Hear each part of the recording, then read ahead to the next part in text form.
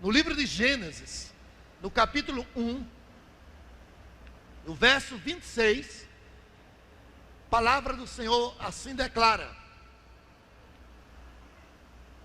também disse Deus: façamos o homem à nossa imagem, conforme a nossa semelhança, tenha ele domínio sobre os peixes do mar, sobre as aves dos céus, sobre os animais domésticos, sobre toda a terra e sobre todos os répteis que rastejam pela terra. Vire a página para o capítulo 2, Gênesis 2, versos 15 e 16.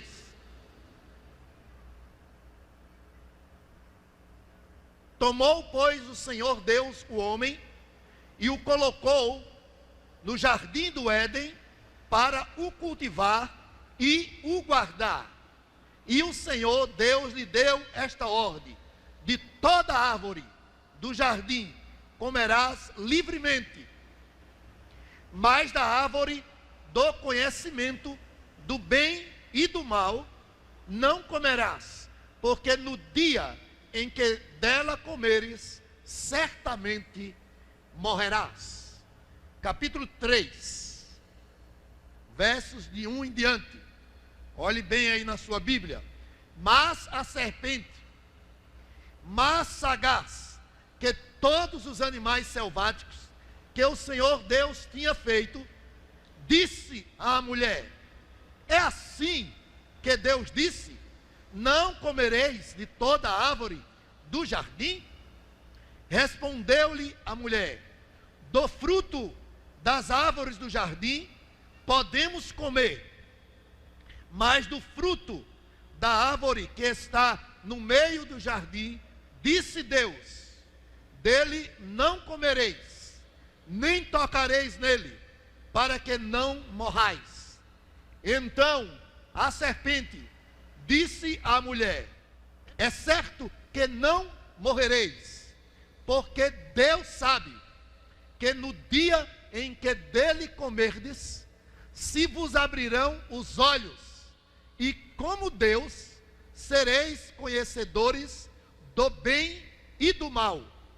Vendo a mulher que a árvore era boa para se comer, agradável aos olhos, e árvore desejável para dar entendimento, tomou-lhe do fruto e comeu, e deu também ao marido, e ele comeu. Abriram-se então os olhos de ambos, e percebendo que estavam nus, coseram folhas de figueira e fizeram cintas para si. Quando ouviram a voz do Senhor Deus, que andava no jardim pela viração do dia, esconderam-se da presença do Senhor Deus, o homem e a sua mulher, por entre as árvores do jardim. Leremos ainda, meus irmãos, no livro de Salmos, Salmo de número 14. Salmo 14, versos 2 e 3.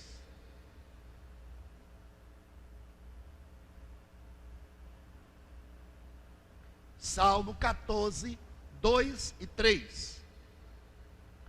Do céu olha o Senhor para os filhos dos homens, para ver se há quem entenda e se há quem busque a Deus.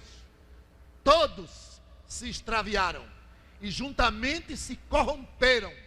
Não há quem faça o bem, não há nem um sequer. As Sagradas Escrituras nos mostram que o homem foi feito no princípio da criação de forma perfeita, ou seja, foi criado à imagem e semelhança de Deus.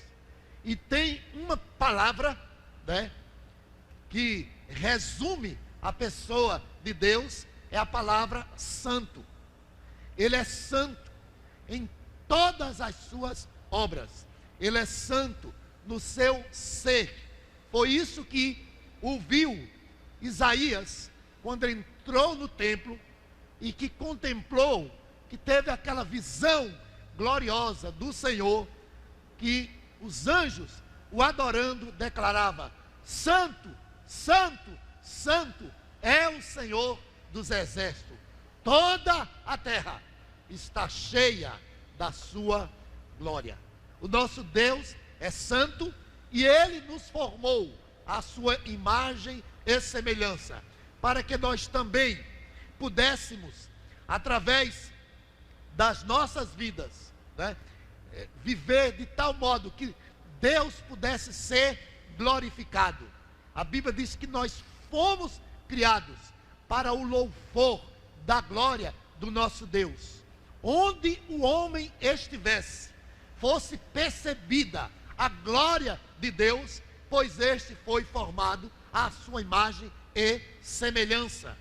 Mas o homem decidiu virar as costas para o seu Criador, que havia lhe dado uma ordem clara, e o homem decidiu desobedecer ao Senhor, e por conta disso, este homem foi destituído da glória de Deus. É que nos diz Paulo em Romanos. Você pode conferir essa passagem muito conhecida das Escrituras, Romanos 3, verso 23. Diz a Bíblia: pois todos pecaram e carecem da glória de Deus. Todos pecaram. Em outra versão, e destituídos estão da glória de Deus. Outra versão diz: e separados estão da glória de Deus. Todo ser humano, ao ouvir essas palavras, que estão separados da glória de Deus, estão destituídos da glória de Deus, deveriam tremer, deveriam ficar apavorados, deveriam sentir horror. Essas palavras são tremendas, essas palavras são fortes, essas palavras mostram que a situação do homem é tremendamente funesta, é tremendamente desesperadora. O homem encontra-se atolado num abismo profundo, separado da glória de Deus por conta do pecado. O Salmo lido 14 vai declarar, como já lemos, que Deus olhou dos céus à terra e não viu um justo sequer. Por meio do pecado dos nossos primeiros pais, Adão e Eva, nós recebemos a semente do pecado, depois que eles desobedeceram aquela ordem tão clara que o Senhor havia dado a eles. Então eles pecaram, eles foram separados da glória de Deus, e todos nós somos descendentes de Adão e Eva, portanto somos pecadores também. Assim como um filho de uma serpente, o filho de uma cobra, o filhote de uma cobra, tem veneno, nós, humanos, por sermos descendentes de pecadores, nós também temos pecado. Nós não somos pecadores porque nós cometemos pecado. É o inverso. Nós cometemos pecado porque, por natureza, já somos pecadores. O mesmo Paulo, que afirmou que o homem está destituído da glória de Deus, ele diz mais adiante, você pode conferir, capítulo 5, verso 12, Romanos 5, 12, olha aí na sua Bíblia: portanto, assim como por um só homem entrou o pecado no mundo, e pelo pecado a morte, assim também a morte passou a todos os homens, porque todos pecaram. A realidade é esta: assim como por um só homem entrou o pecado no mundo, assim a morte passou a todos os homens, porque a morte é o salário do pecado. Foi o Senhor que tinha dito que no dia que eles desobedecessem, certamente morreriam. Eles seriam separados de Deus. E isto é a verdadeira morte. A palavra morte significa separação. Quando a alma sai do corpo, o espírito sai do corpo, é morte. Quando o homem desobedeceu, ele foi separado de Deus, destituído da glória de Deus. Deus havia feito um homem de forma santa, perfeita, para amá-lo, para viver para o louvor da sua glória. Mas essa santidade, essa imagem e semelhança, né, o homem foi destituído, foi separado por conta do pecado. E agora, ao invés de uma figura santa, o homem tem uma natureza totalmente depravada. O homem está separado da glória de Deus. E assim como a realidade que todos são pecadores, assim é a realidade que todos irão morrer. O salmista Davi, no Salmo 51, quando ele confessa, depois de cometer pecados, ele diz: eu nasci em iniquidade, e em pecado me concebeu a minha mãe. Nós nascemos em pecado. Às vezes se diz, um anjinho, né, em relação a recém-nascido.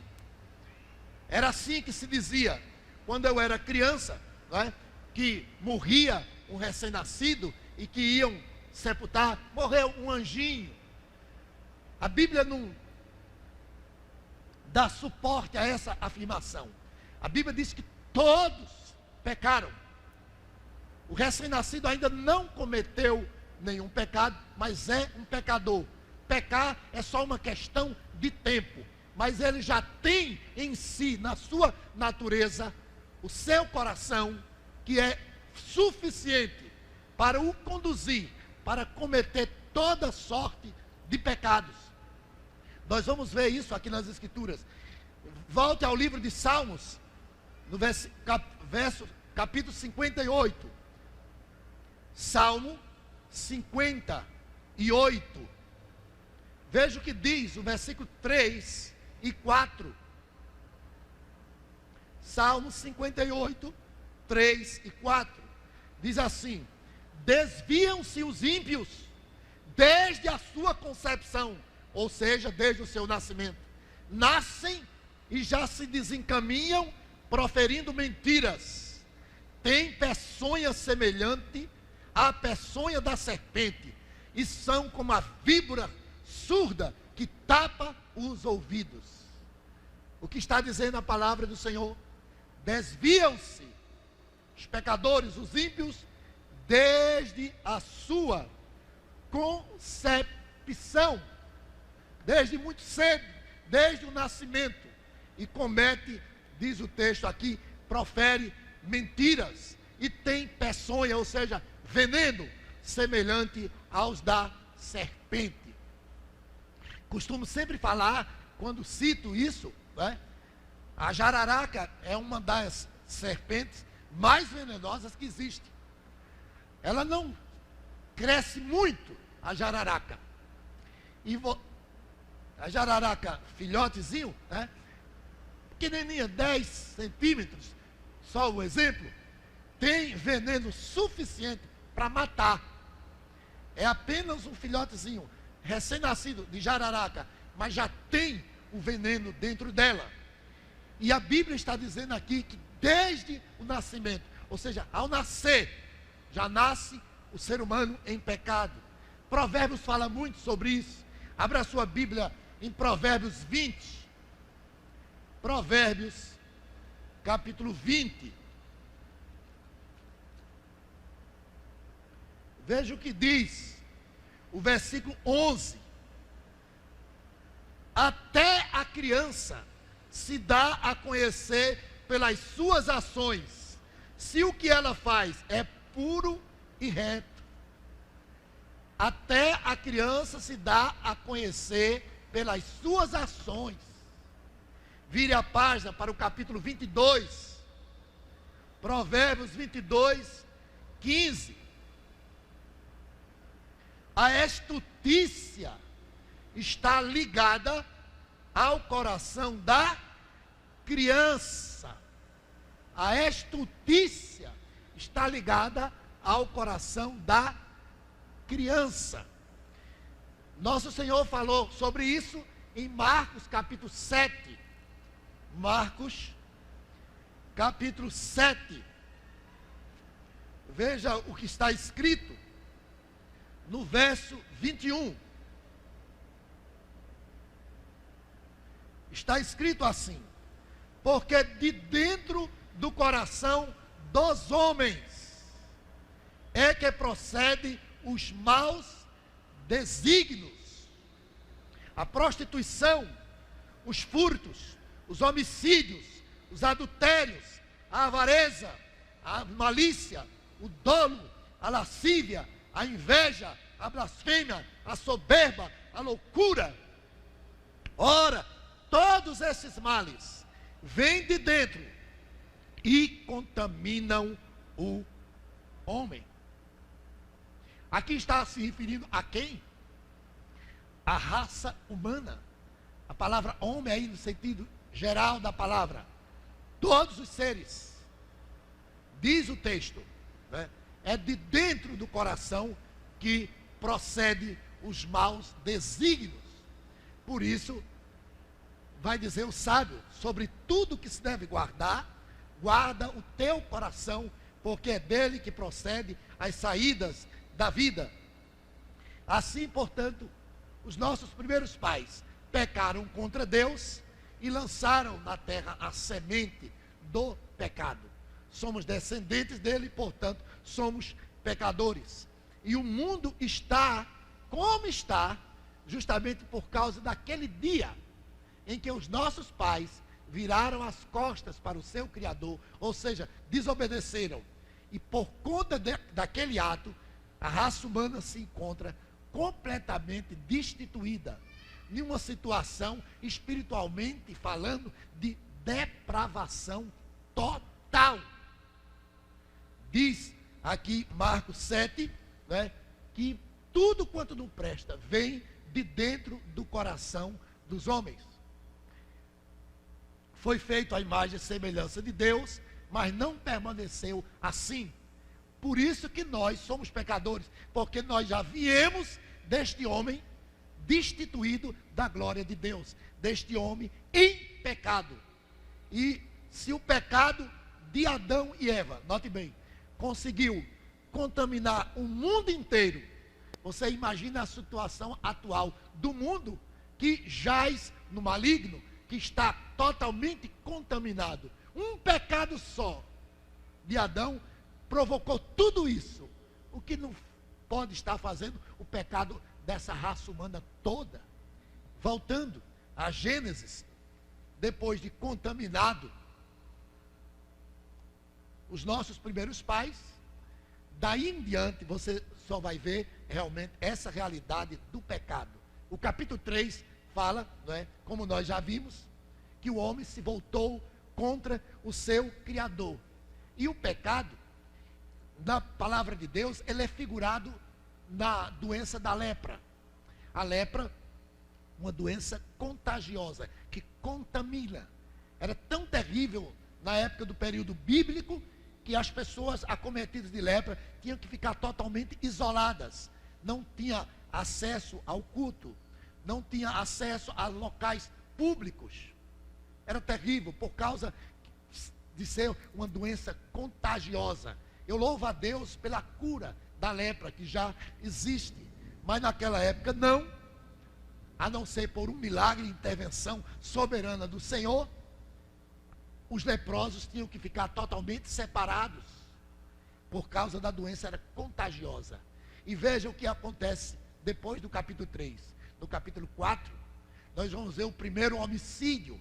E você vai ver o pecado agora, né, com as suas consequências, se espalhando por toda a raça humana. Quando você chega no capítulo 6 de Gênesis, veja o que está escrito aí. Gênesis 6, verso 5. Viu o Senhor que a maldade do homem se havia multiplicado na terra, e que era continuamente mau o desígnio do seu coração. Veja que diferença. O homem, outrora formado à imagem e semelhança de Deus, agora destituído da glória de Deus, se tornou uma criatura horrível. Ao invés de imagem e semelhança de Deus, se tornou uma carranca triste, por conta do pecado que o arruinou totalmente. Diz o texto que Deus viu que era grande a iniquidade sobre a terra. O pecado tinha se multiplicado, a ponto de o texto dizer que Deus, né, se arrependeu, verso 6. Então se arrependeu o Senhor de ter feito o homem na terra. Isso lhe pesou no coração. É como se dizer, o Senhor se entristeceu. Não é o arrependimento como nós conhecemos. A Bíblia diz que Deus não é homem para se arrepender. Mas lhe pesou no coração a atitude do homem, pecando contra ele. E, portanto, veio essa série de coisas. Diz o texto, o versículo 5, né, já lido, viu o Senhor. Eu queria chamar a atenção de todos vocês para essa expressão, viu o Senhor. Ninguém pense que pode esconder de Deus alguma coisa. Ele está vendo tudo o que está acontecendo neste momento, né, nessa festa, né, carnal, nessa festa diabólica. Ele está vendo tudo que está acontecendo fora dela também. Todos nós estamos, né, totalmente visíveis aos olhos de Deus. Podemos esconder dos nossos parentes, podemos esconder dos nossos amigos, podemos esconder de quem quer que seja. Mas a Bíblia diz que os olhos do Senhor estão em todos os lugares. Você pode esconder, né, da pessoa mais íntima que você possa pensar.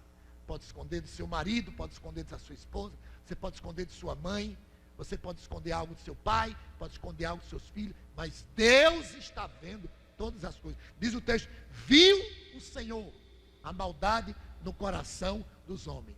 Ninguém pensa. Ele é onisciente. Ele a tudo vê. Quando você segue adiante do texto, você vai encontrar, né, o dilúvio que Deus enviou para a terra, né, como sentença, como punição, como condenação por causa do pecado. Deus olhou e viu a maldade, se entristeceu e determinou que haveria, portanto, de destruir o homem por causa do pecado. E foi o que aconteceu. Todos conhecemos a história do patriarca Noé. Diferentemente dos homens do seu tempo, veja o que diz, versículo 8. Porém Noé achou graça diante do Senhor. E veja que coisa maravilhosa, versículo 9. Veja aí na sua Bíblia. Eis a história de Noé. Noé era um homem justo e íntegro. Entre os seus contemporâneos, Noé andava com Deus. Diferentemente, né, dos demais, Noé era temente ao Senhor. E a obra da graça de Deus alcançou a vida de Noé e a sua família, a saber, 8 pessoas. Todos os demais não deram nenhum ouvido. Todos os demais continuaram na rebeldia dos seus corações. E a história segue com Babel, toda aquela confusão, os homens idolatrando a si mesmos, os homens soberbos, orgulhosos, completamente vaidosos, sem querer ouvir a voz do Senhor. O pecado vai se alastrando, ele toma conta da raça humana. Isso está escrito aqui, no princípio da criação. Agora vamos ao Novo Testamento. E em Romanos capítulo 1, Romanos capítulo 1, você vai ver o Novo Testamento dando sustentação a esta verdade do desvio da raça humana desde o princípio da criação. Romanos capítulo 1, verso 18. A ira de Deus se revela do céu contra toda impiedade e perversão dos homens que detêm a verdade pela injustiça. Ele vai seguir nesse texto mostrando que os homens vivem numa situação de miséria, espiritualmente falando, terrível. 19. Porquanto o que de Deus se pode conhecer é manifesto entre eles, porque Deus lhe manifestou, porque os atributos invisíveis de Deus, assim o seu eterno poder, como também a sua própria divindade, claramente se reconhecem desde o princípio do mundo, sendo percebido por meio das coisas que foram criadas. Tais homens são por isso indesculpáveis, porquanto, tendo conhecimento de Deus, não o glorificaram como Deus, nem lhe deram graças, antes se tornaram nulos em seus próprios raciocínios, obscurecendo-lhes o coração insensato, inculcando-se por sábio, tornaram-se loucos e mudaram a glória do Deus incorruptível em semelhança da imagem de Deus corruptível, bem como de aves e quadrúpedes e répteis. Por isso Deus entregou tais homens à imundícia pelas suas concupiscências de seu próprio coração, para desonrarem o seu corpo entre si, pois eles mudaram a verdade de Deus em mentira, adorando e servindo a criatura em lugar do Criador, o qual é bendito eternamente. Amém. Por causa disso, os entregou Deus às paixões infames, porque até as mulheres mudaram o modo natural de suas relações íntimas por outro contrário à natureza. Semelhantemente, os homens também, deixando o contato natural da mulher, se inflamaram mutuamente em sua sensualidade, cometendo torpeza, homens com homens, e recebendo em si mesmo a merecida punição do seu erro. Que palavra terrível! Esta é a situação da raça humana. Deus está falando aqui de todos os seres humanos. E quando diz que Deus entregou, entenda, Deus não mandou que os homens vivessem assim. Deus os deixou para que eles fizessem. Vocês querem fazer? Façam o que deseja o seu próprio coração. Então a idolatria, a depravação total está denunciada aqui nesse texto, porque não há temor de Deus no coração dos homens, de todos os seres humanos. Isso é bem percebido no capítulo 3 também, aí em Romanos, onde você está mesmo. Porque primeiro foi dito de todos, né, dos gentios, assim chamados. Os judeus não consideravam as pessoas não judias, né, como de Deus. Se gloriavam, achavam que eram melhores que os outros. Os gregos, naquela época, também se gloriavam, se achavam melhores do que os outros. E a palavra do Senhor vai nivelar toda a raça humana. Capítulo 3, versículo 9. Que se conclui? Temos nós qualquer vantagem? Não, de forma nenhuma. Pois já temos demonstrado que todos, tanto judeus como gregos, estão debaixo do pecado. Todos. Como está escrito, não há justo, nenhum sequer. E não há quem entenda, não há quem busque a Deus. Todos se extraviaram, a uma se fizeram inúteis. Não há quem faça o bem, não há nem um sequer. Por natureza, a Bíblia está dizendo que não há uma pessoa boa na face da terra. Boa no sentido bíblico da palavra. Bom no sentido de sem pecado, perfeito. Não. A Bíblia está dizendo que todos estão debaixo. Ou seja, o pecado tem a raça humana na coleira. O pecado tem a todos debaixo dos seus pés. Os judeus se achavam melhores que os outros. Os gregos se achavam melhores que os outros.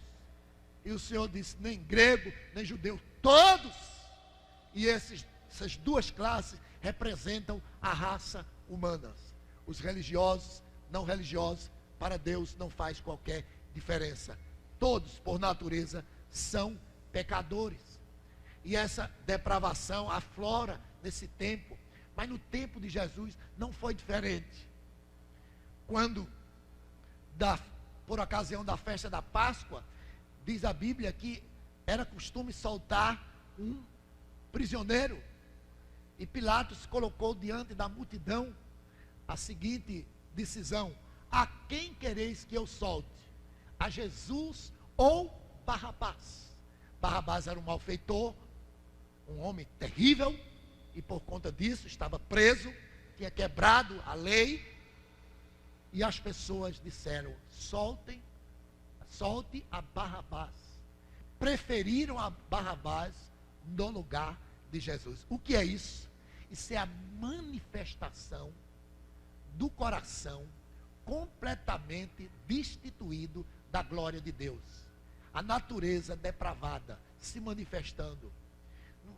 É um absurdo preferir um malfeitor a Jesus. É o coração humano, como diz Paulo aqui.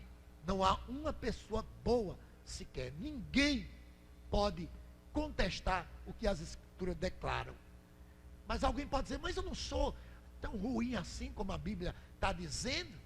Eu nunca fiz isso, eu já vi pessoas, eu nunca matei, eu nunca roubei. Né? Resume os pecados muitas vezes a esses dois. Isaías 64, veja o que diz a Bíblia.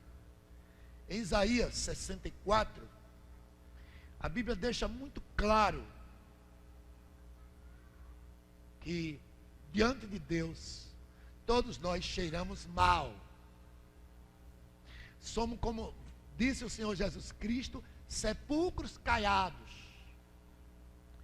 Ou como diz Paulo, em Romanos 3, sepulcros abertos. Isaías capítulo 64, versículo 6. Mas todos nós, atente bem, mas todos nós somos como o imundo, e todas as nossas justiças são como trapo da imundícia. Todos nós murchamos como a folha, e as nossas iniquidades, como um vento, nos arrebatam. É duro o que está sendo dito aqui. Não é? Todos nós somos como imundo. Nós quem? A raça humana inteira. Você que está aqui sentado, nos ouvindo, no seu estado natural, se ainda não tem uma experiência genuína de conversão, a Bíblia diz que é como imundo. A Bíblia declara, atente, que até os nossos atos de justiça para Deus não passam de trapos de imundície. Ora, se aos olhos de Deus os nossos atos de justiça não passam de imundície, você imagina o que pode ser os nossos atos de injustiça, ou seja, os nossos pecados, que são muito mais do que as nossas boas obras? Ele está dizendo aqui que é uma coisa imunda. Por isso Davi, quando ele está pedindo perdão ao Senhor, ele diz, lava-me completamente da minha iniquidade. O pecado é uma sujeira terrível, é uma imundície, é uma podridão. E Paulo vai dizer lá em Romanos 3, que a nossa garganta é como um sepulcro aberto. Você pode imaginar, o sepulcro aberto, é um sepulcro aberto onde foi enterrado alguém há alguns dias. Aí 1 semana, 2 semanas, quando o mau cheiro, o estado de putrefação está totalmente adiantado e a carniça está para além do suportável. É assim que diante de Deus a raça humana se encontra em completo estado de imundície. É assim que Deus está percebendo. É por isso que nós devemos clamar a misericórdia do Senhor, porque o mundo não percebe. Há quem acha, eu sou uma pessoa boa, eu compro e pago, né? Eu sou um bom pai de família, eu sou uma boa dona de casa, eu sou um excelente profissional. Você é filho de Adão, você é filho de Eva, você é pecador, você é pecadora. Não há diante de Deus um justo sequer. Ninguém é bom aos olhos de Deus. E o Senhor abra o seu entendimento, abra o seu coração para você perceber essa verdade. Todos, sem exceção, todos pecaram. Se você ainda não fez uma dessas coisas que foi citada por Nosso Senhor em Marcos capítulo 7, 21, 22, 23, isso não quer dizer que você não seja pecador, que você não seja pecadora. Você tem tudo dentro de você suficiente para cometer qualquer tipo de imoralidade, qualquer tipo de terrorismo. A Bíblia diz que o mal não é o que entra, o mal não vem de fora para nós, o mal é o que sai de dentro de nós. É a verdade das Escrituras. Todos pecaram e estão destituídos da glória de Deus. E o pecado, vá comigo lá para João, capítulo 16. João, capítulo 16. Para você que muitas vezes imagina, pecado é matar, é roubar. A pessoa que faz essas coisas não pode ser salva. Mas veja o que diz João, capítulo 16, versículo 7. Mas eu vos digo a verdade, convém-vos que eu vá, porque se eu não for, o Consolador não virá para vós outros. Se porém eu for, eu vos enviarei, e quando ele vier, convencerá o mundo do pecado, da justiça e do juízo. Do pecado, porque não crê em mim. Ele não está dizendo aqui do pecado porque rouba, do pecado porque mata, do pecado porque se prostitui. Ele está dizendo aqui do pecado porque não crê em Cristo, não crê nele. Ou seja, o pecado da incredulidade. Este sim vai levar para o inferno todo aquele que não crê no Senhor Jesus Cristo. A Bíblia diz, já está condenado. O primeiro a entrar no céu foi um ladrão, crucificado ao lado de Cristo, um malfeitor, que arrependido clamou pela misericórdia de Cristo antes de morrer. Lembra-te de mim, Senhor. Este foi o primeiro a entrar no céu. Mas a Bíblia está declarando aqui, que o pecado, você imagina, o pecado, eu nunca matei, eu nunca roubei. Se você não é convertido a Cristo Jesus, se você não crê nele como o único e suficiente Salvador da sua vida, aqui está a palavra do Senhor dizendo que o Espírito Santo vem para convencer. E lá no livro de Apocalipse vai dizer, fora, condenado ao inferno estão os incrédulos. Entre outras maneiras de pecar, é citada lá, é essa raiz do pecado que é a incredulidade. Os homens estão aí na avenida do Brasil inteiro, estão fazendo, né, o que o diabo quer, gosta, porque não crê em Cristo. Porque quem crê em Cristo, nova criatura é. As coisas velhas se passam e tudo se faz novo. É por isso que os homens estão nessa situação, porque eles não têm a Jesus como Senhor e Salvador das suas vidas. Eles andam segundo o curso do mundo, fazendo a vontade da carne e a vontade de Satanás. Situação miserável, situação triste. Por quê? Porque não há temor de Deus, não há respeito. Por isso Deus resolveu destruir no tempo de Noé com água. Agora ele promete destruir com fogo. Mas ele enviou o seu Espírito para convencer o homem e para que o homem pudesse ter a oportunidade de ser salvo, de ser liberto da condenação do inferno. Então, numa situação como esta, que a Bíblia mostra o homem destituído da glória de Deus, separado, só a graça de Deus. Uma religião não vai transformar uma pessoa, seja ela qual for. Só quem pode. É tão terrível a situação miserável do homem por natureza, é tão terrível que só a graça, só o favor imerecido de Deus, só a sua misericórdia pode mudar a situação do homem. Efésios 2, 8, 9, porque pela graça sois salvos, mediante a fé. Isto não vem de vós, é dom de Deus, e não de obras, para que ninguém se glorie. E eu encerro citando na segunda carta, na primeira carta aos Coríntios, no capítulo 6. Primeira carta de Paulo aos Coríntios, no capítulo 6.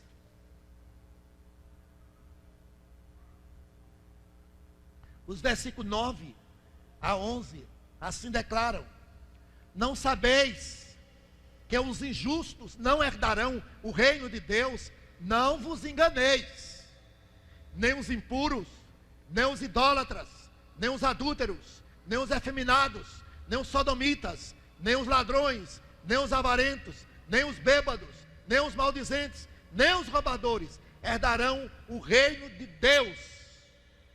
Tais fostes alguns de vós, mas vós vos lavastes, mas fostes santificados, mas fostes justificados em nome do Senhor Jesus Cristo e no Espírito do nosso Deus.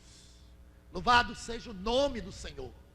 Porque embora o homem possa estar atolado no pecado, tal como está declarado aqui nas Escrituras, ele tem esperança de ser perdoado, ele tem esperança de ser salvo, crendo em Cristo Jesus. Por isso ele diz: tais foste vós, mas fostes lavado dessa imundície, dessa sujeira.